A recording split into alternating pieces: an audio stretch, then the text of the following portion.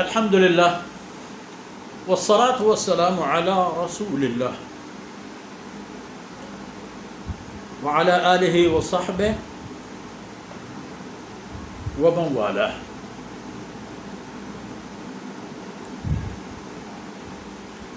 اعوذ باللہ من الشیطان الرجیم ولا تجعلوا مع اللہ الہا آخر انی لکم منہ نذیر مبین. كذلك ما أتى الذين من قبلهم من رسول إلا قالوا ساحر أو مجنون أتواصوا به أم هم قوم طاغون. سبحانك لا علم لنا إلا ما علمتنا إنك أنت العليم الحكيم. رب اشرح لي صدري ويسر لي أمري واحلل عقدة من لساني يفقهوا قولي واجعل لي وزيرا من أهلي رب زدني علما وارزقني فهما. ثم أما بعد. گرامی قدر بھائیوں بہنوں اور پیارے بچوں، آپ نے دیکھا کہ ان موجودات کا اظہار وجود کر دیا گیا اور ان کی افادیت ظاہر کر دی گئی جو عادی تو ہے انسان کے لیے، مگر ان کے بغیر انسان چل نہیں سکتا. کل کے آخری بات تھی اس معاملے پر، ففروا الی اللہ، دوڑتے ہوئے بھاگتے ہوئے اللہ کی طرف جاؤ. انی لکم منہ نذیر مبین. اور فرمایا ولا تجعلوا مع اللہ الہا آخر، اللہ کے ساتھ کسی کو وابستہ اور شریک نہ کر لیا جائے. چند باتیں ہیں. ایک یہ کہ اللہ کے علاوہ کوئی نہیں، اور دوسری بات یہ ہے کہ اللہ کے ساتھ کوئی نہیں. ایک ہی کہ صرف اللہ، اور دوسری بات یہ کہ اللہ ایک، اور تیسری بات یہ کہ ایک اللہ اکیلا بھی ہے اپنے تمام معاملات، اپنے وجود میں، اپنے اختیارات اور اقتدار میں، کائنات کو پیدا کرنے اور پالنے اور سنبھالنے میں ایک ہی اللہ. ولا تجعلوا مع اللہ الہا آخر. یہاں بھی فرمایا انی لکم منہ نذیر. اس معاملے کے بارے میں کھل کر تمہیں اس کی تباہی سے باخبر کر دیتا ہوں کہ اگر اس حالت میں جیے اور اس حالت میں مرے کہ عقیدہ یہی تھا کہ نعوذ باللہ اللہ کے علاوہ کسی اور کو معبود مان رہے ہوتے ہو تو پھر تباہی. اور جہاں تک یہ اہل مکہ اور حضرت صلی اللہ علیہ وسلم کی نبوت کے بعد ان کا سلوک، پہلے تو کوئی بات نہیں تھی. الصادق والامین تھے آپ صلی اللہ علیہ وسلم نے کلمہ لا الہ الا اللہ کی جب باتیں شروع کی اور جب ان احکامات کو ان کے سامنے رکھ دی تو قالوا ساحر او مجنون. یہ یا تو کوئی ساحر ہے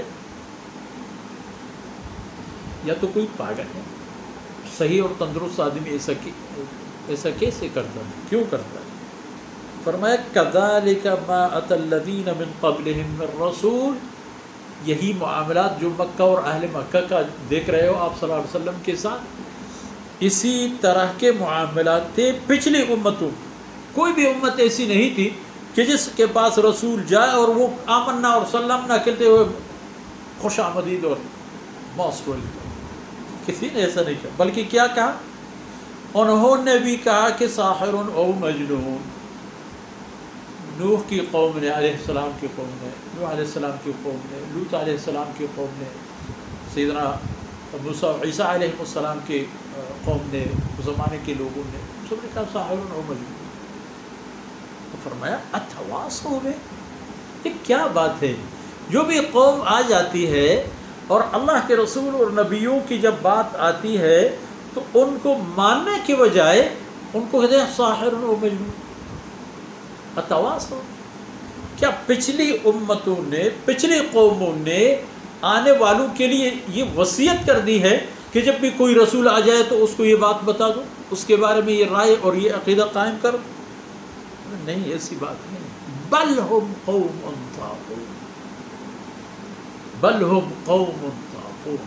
مسئلہ یہ ہے، یہ طغیان قبول کرنے والے، یہ قوم اور ان کی عادتیں اور خصلتیں ہی ایسی ہیں کہ ماننے کی بجائے انکار پر آتے ہیں اور دوستی کی بجائے دشمنی پر آتے ہیں، اور اپنے آپ کو ان لوگوں کے صف میں شامل کر دیتے ہیں جن پر اللہ کی عذاب آئی اور وہ تباہ ہو گئے۔ کدھر گئے فرعونی؟ قوم عاد و قوم ثمود کا کیا؟